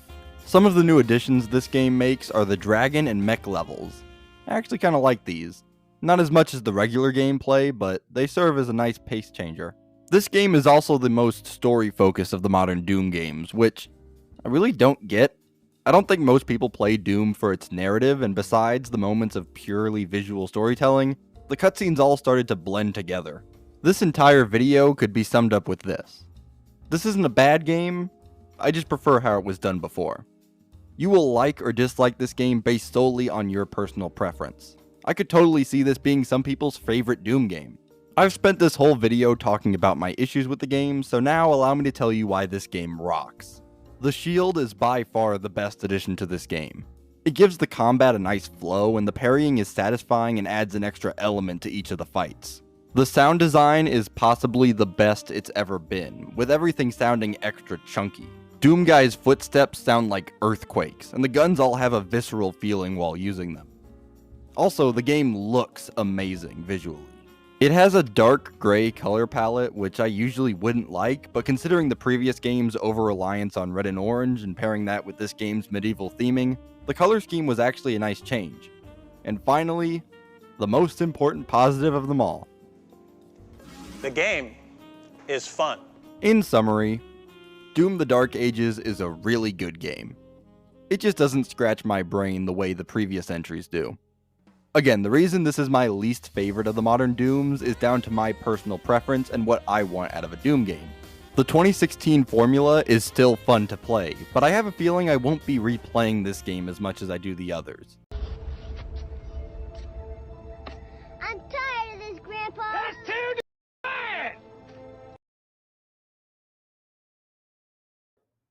I adore the Mission Impossible movies. I'd say that ignoring the second movie, that I like every single entry, and some films like the original and Fallout are some of the best action movies I've ever seen. I liked Dead Reckoning. It wasn't amazing by any means, but I thought that if they could just stick the landing with the second part, that this could be one of the greatest stories in the franchise. Unfortunately, the final Reckoning makes for a flimsy, slapped-together sequel with an over-reliance on exposition, poor storytelling, and honestly one of the worst villains in the entire franchise. I was certain that this movie was going to be a slam dunk for this year, but the film industry continues to prove to me that it can't even get the simplest things right. You know how I said that Minecraft would probably be the most disappointing film I saw this year? Didn't take long to dethrone that, huh? This is Mission Impossible: The Final Reckoning. The story continues where Dead Reckoning ended, with the AI known as the Entity causing worldwide chaos, and it's up to Ethan Hunt and the IMF to stop it. The Mission Impossible movies are known for their big action spectacles, which is why it's utterly fascinating to me that this movie decided to have barely any. At least 70% of this movie consists of overly drawn out exposition, explaining how a piece of technology works, reminding the audience of something that happened in a previous movie, or in some cases, reminding the audience of something that happened in the movie that they're watching. Flashbacks are so overused in this film. Every time they mention something from a previous film, they flash a black and white clip of what they're talking about, which by itself wouldn't be a big deal, but they do this for what feels like almost every minute, and on top of that, they reuse clips. You know that iconic scene from the first movie where Ethan is dangling above the floor? I think they played that at least 5 times. This movie assumes you have the memory of a goldfish, and as it turns out, making most of your movie consist of characters explaining things isn't very entertaining. Imagine in Avengers Endgame, whenever anyone referenced something from a previous MCU film, they played a scene explaining the callback, and you can see what I mean. There are a few exciting action sequences like the submarine and the final fight with the planes, but they're too little too late. I don't want to sit through an almost 3-hour-long action movie for 2 kinda cool scenes. I honestly would have preferred they just cut the flashbacks and assume that I've already seen the other movies. Sure, it would still be too much exposition, but at least it would save me the headache. What's crazy is that Fallout did this better back in 2018.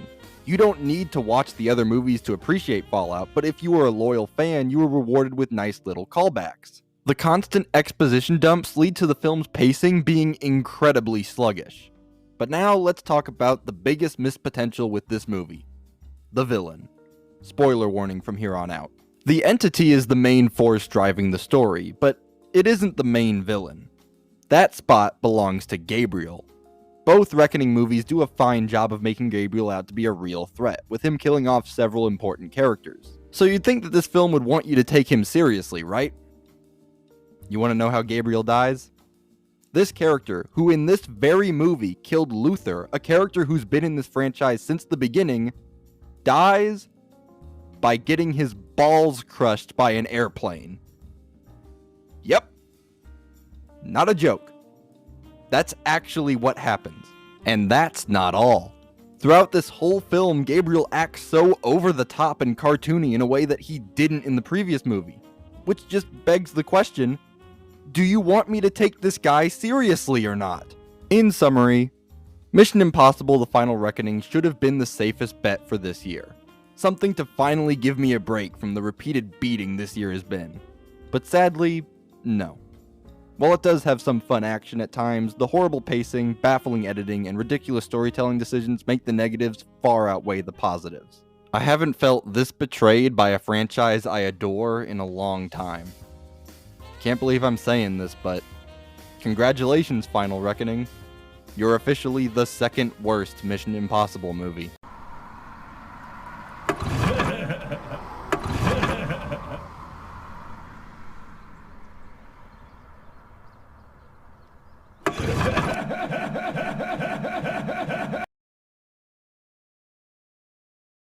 The studio wasn't really a show that was on my radar at all. I had seen ads for it here and there, but didn't really have any interest in seeing it. That is until my dad watched the first 2 episodes and told me that it was a show he thought I'd enjoy. After watching the studio, I can happily say it's pretty funny. Not every episode is a winner, but it had enough energy to keep me engaged. Without wasting any more time, let's discuss The Studio. The Studio is a satirical comedy show made to dissect and poke fun at Hollywood, which if you watched any of my other videos, then you'll know that I have no problem with that mission. The film industry could use a good punch in the stomach, especially now. Seth Rogen's style of humor is interesting, to say the least. I find him the funniest when he isn't doing his usual haha smoke weed type of comedy and prefer when he's playing the straight man type of character. This show definitely still has Rogen's usual comedy, but it's way more subdued, which I appreciated. I think what surprised me the most about this show was just how artistic it is. It utilizes long tracking shots constantly with each episode only having a few cuts each. This gives the studio a different feel than other comedies, and I really liked it. I was also pleasantly surprised that while the show mainly relies on satire for the bulk of its comedy, it features several surreal elements that give off a similar vibe to some of Community's out there concepts. Now, I will say that a big issue I personally had was that obviously not every episode was a hit. Specifically, the final episodes, told in 2 parts, were some of the least funny, falling back on Seth Rogen's stoner humor a little too much, which really sucks because that's what I walked away from the show with. That being said, there are way more hits than misses here. The satirical comedy was absolutely hilarious, and I'm glad that a lot of people working on this were able to laugh at themselves a little. There is a talking point around the show that it's a little hypocritical that this show is making fun of Hollywood and big corporations while also featuring a huge cast and being funded by Apple. That doesn't really bother me, but I could definitely see how some may have issue with this. On the topic of Apple, that's another reason that I initially didn't want to watch this show. Apple TV Plus is interesting because they're one of the few streaming services where entertainment isn't a main source of revenue. Apple is a tech company, which means that they're more open to throwing a bunch of projects at the wall and seeing what sticks. That means that you're more likely to get a whole lot of crap thrown your way, but occasionally they make something really good, and I'm glad to say that I didn't feel like I was wasting my time watching this. I promise that's a compliment.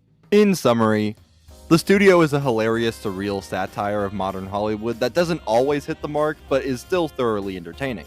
I'd love to see more seasons of this and see how they tackle how this medium is changing in more hilarious ways. But until then, I'd say I'm pretty happy with it as it is. Hey, Jamburger Gabblers! Live-action remakes suck. Hot take, I know. Hollywood has a personal vendetta against the entire medium of animation, and they aren't even hiding it. Am I allowed to use the F the Oscars speech again? I wasn't particularly excited for either of these movies, but I at the very least had some hope for How to Train Your Dragon, considering the original has issues that could be fixed, like how the side characters have nothing to really do in the story. So, imagine my surprise when I sat down to watch the exact same movie. It straight up feels like they copy and pasted the original script at times, leading to this movie being the most pointless release of this year. On the other hand, Lilo and Stitch was a movie that I thought was going to be a copy-paste job, but ended up being something far worse, drastically changing the story and characters for the worst, and literally ruining the message of the animated original for seemingly no good reason. I hated watching both of these abominations, but I gotta do what I gotta do. So let's get into Lilo and Stitch and How to Train Your Dragon. Starting with Lilo and Stitch, in preparation for this remake, I watched the original again. I watched it before when I was younger, but not that much, so I felt like I needed a refresher. The 2002 original is a charming little movie with a whole lot of character and a nice message about family. So of course, Disney, being the little puke stains that they are, decided to completely mess everything up. Let's start with the characters. What did they do to Jumba? In the original, Jumba slipped into the role of a lovable mad scientist who served as a believable antagonist turned ally. In this film, Jumba has lost his distinct Russian accent and now serves the role of a generic one-note villain. Lilo's big sister Nani is also worse than how she was originally, with her change straight up ruining the message of the original. In the 2002 film, Nani learned to realize that while looking after Lilo is going to be a challenge, being there for your family is important, especially considering Lilo's young age. So, what's the message in the remake? Ditch your sister in order to go to college because while family is important, looking after yourself is even more so. What? She does visit Lilo and talk to her after she goes to college, but still.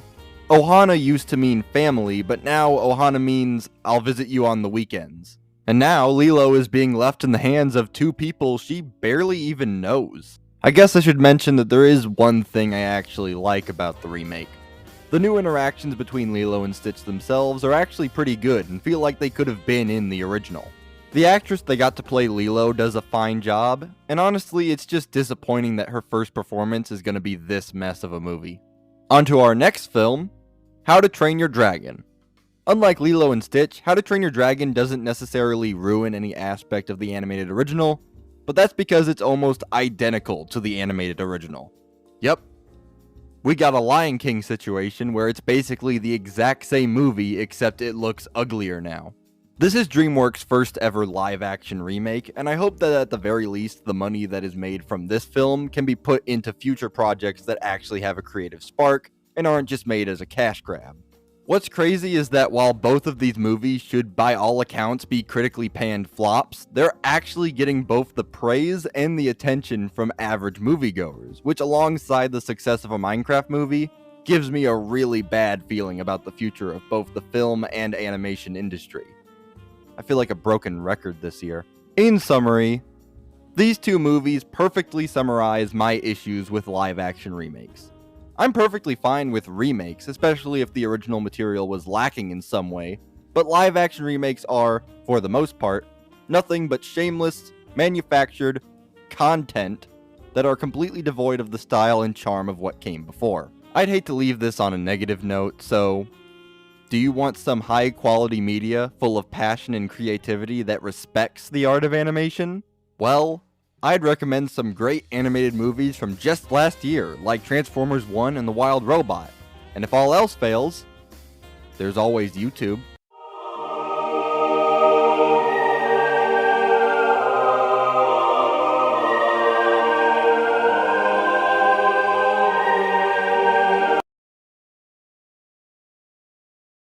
It seems like it's almost impossible to talk about the Switch 2 online without being placed into one of two camps. Either you're seen as a blind hater or a blind fanboy. I'd like to approach this whole thing in a neutral way, discussing both the Switch 2 and Mario Kart World's pros and cons. I'll keep this intro brief so we can get right into the review. I'll start by discussing the Switch 2 launch experience I had, as well as talking about the other games on the console before getting into a more traditional review of Mario Kart World itself. First up, the console. It's pretty cool. I was actually concerned that I wouldn't be able to get one after the pre-orders sold out, but lo and behold, I got one on launch. Okay, it was actually my mom and my brother that got it for me. I was at work and they were running around doing errands and decided to stop into a Walmart to see if they had any, which they did. Also, yes, I paid my mom back. It's pretty much just a souped up version of the first Switch. An issue I've run into is the battery life being pretty bad in handheld mode, but I don't really play my Switch 1 in handheld mode that much anymore, and the same goes for the Switch 2. Definitely an issue, but it's not a big deal for me. What is a big deal is the fact that Nintendo is bricking systems for people who attempt to hack their Switch 2. That really sucks. On top of that, stores are selling used Switch 2s that are already bricked. Maybe if Stop Killing Games ends up being a success, we'll have to start a new campaign to stop killing consoles, though it seems like the government of Brazil is already beating us to that. But enough about the system. I don't want to talk about the hunk of plastic, I want to talk about the things you play on the hunk of plastic. Let's rapid fire through some games that I played on launch. Not a whole lot of new games were made for the Switch 2 launch, with most of them just being re-releases. One re-release I was curious about was Cyberpunk 2077, and I gotta say, it's pretty impressive. During my play session, I genuinely forgot I was playing on a Nintendo console. This was also a chance for me to use the new mouse controls. They obviously aren't as good as a regular mouse, but they're still pretty cool. Just kidding, I didn't buy a $10 tech demo. I may be stupid with my money, but I'm not that stupid.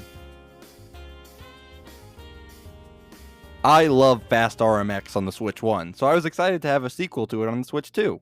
For anyone who wants Nintendo to make a new F-Zero, I suggest checking this series out. Not really much to say here.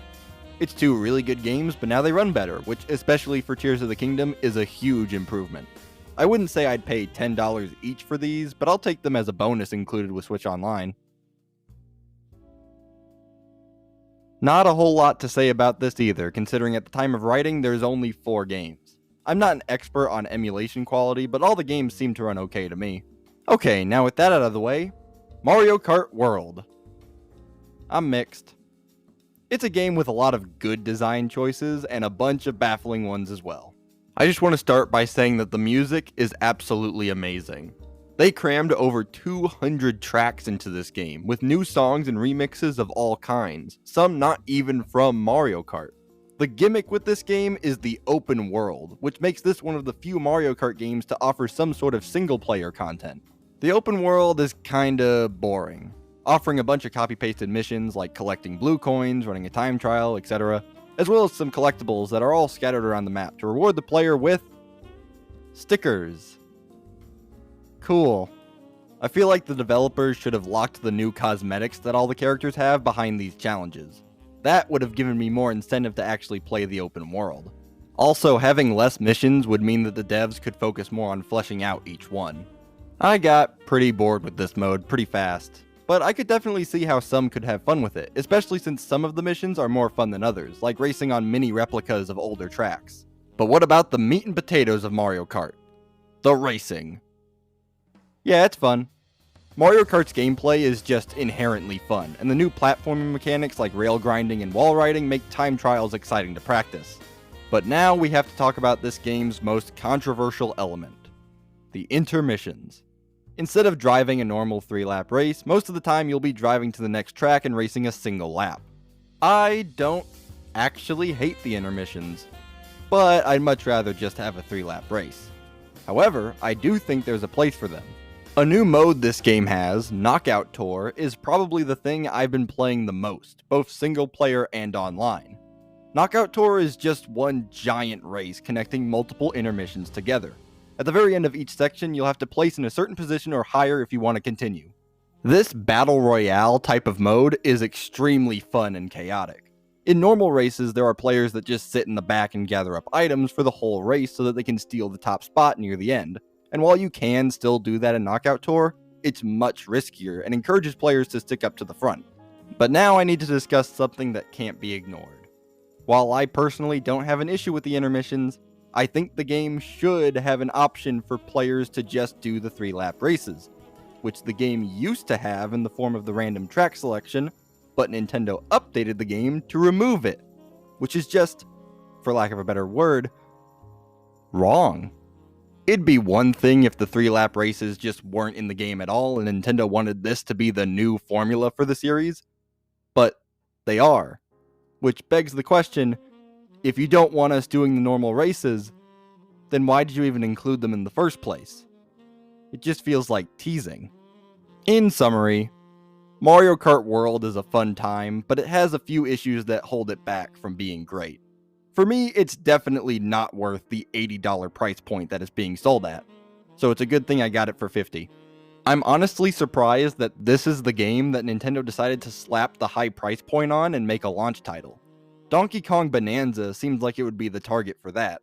That game looks incredible, by the way. At the time of recording, I would not recommend getting a Switch 2.